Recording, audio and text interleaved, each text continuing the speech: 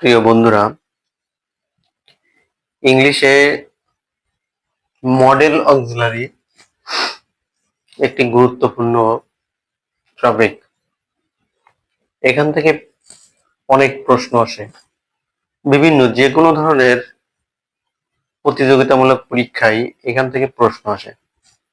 চলুন আজ আমরা মডেল অক্সিলারি সম্পর্কে অল্প কিছু তথ্য জেনে নিই। মডেল অক্সিলারি কোনগুলো প্রথমে আমরা জানবো। shall, should, will, would, can, could, may, might, must. Used to, ought to, had better, would rather ইত্যাদি। এই যে মডেল অক্সিলারি গুলো আছে সাধারণত এরপরে ভার্বের বেস ফর্ম বসে, রাইট ফর্ম অফ ভার্বে এরপরে ভার্বের বেস ফর্ম বসে। যেমন এখানে মাস্ট,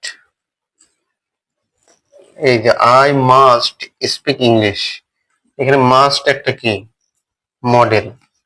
এই মডেলের পরে স্পিকটা বেস ফর্ম, ভার্বের বেস ফর্ম মডেলের পরে ভার্বের বেস ফর্ম হয়েছে। এরপরে আছে you had better not do it, এখানে হ্যাড বেটার, এই হ্যাড বেটার একটা মডেল অক্সিলারি। এরপরে ভার্বের ডু হচ্ছে কি বেস ফর্ম, অর্থাৎ ডু ডিড ডান, সেই ডু হচ্ছে বেস ফর্ম রয়েছে। এখানে আরেকটা বিষয় লক্ষণীয় যে এটা হচ্ছে না বোধক, যেহেতু নট রয়েছে না বোধক বাক্য। এই যে না বোধক বাক্যে নট সাধারণত মডেলের পরে বসে, মডেল অক্সিলারির পরে এই নট বসবে। এরপরে আরেকটা হচ্ছে she can play, she can play অর্থাৎ সে খেলা পারে। তাহলে এখানে নট ক্যানস মানে সে যেহেতু থার্ড পার্সন সিঙ্গুলার নাম্বার, সেহেতু আছে কি ভার্বের শেষে এস বা ইএস যোগ হয়, কিন্তু মডেলে কখনো এস বা ইএস যোগ হয় না। অর্থাৎ ভার্বের শেষে থার্ড পার্সন সিঙ্গুলার নাম্বার হলেও এস বা ইএস যোগ হবে না।